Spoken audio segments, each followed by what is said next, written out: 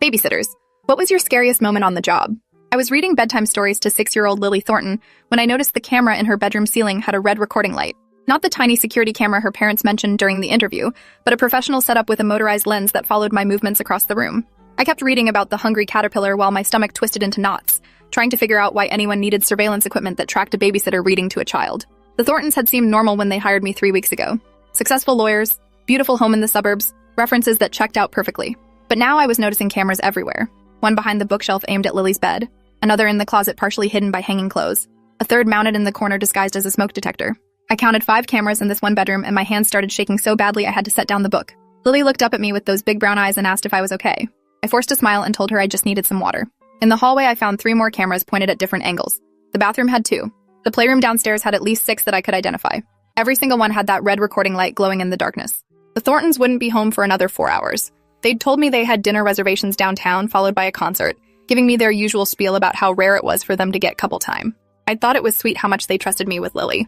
Now I was wondering what they were actually watching through all these cameras. I went back to Lily's room and finished the story, tucking her in while trying not to stare at the lenses tracking every movement. She reached up and hugged me goodnight, whispering that I was her favorite babysitter. The innocence in her voice made my chest hurt. After turning off her light, I closed the door and stood in the hallway with my heart pounding. I needed to check something. The Thorntons had given me permission to use their home office if I needed to print anything for my college classes.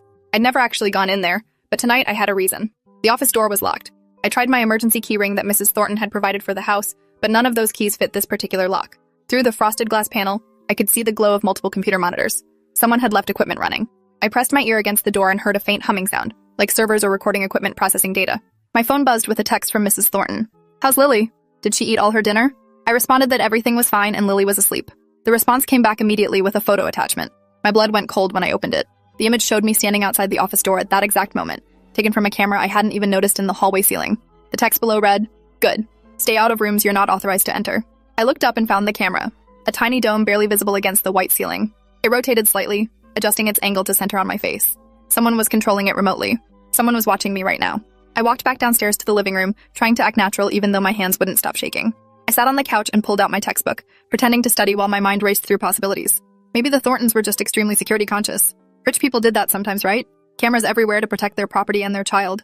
But that photo they'd sent felt like a threat. Stay out of rooms you're not authorized to enter.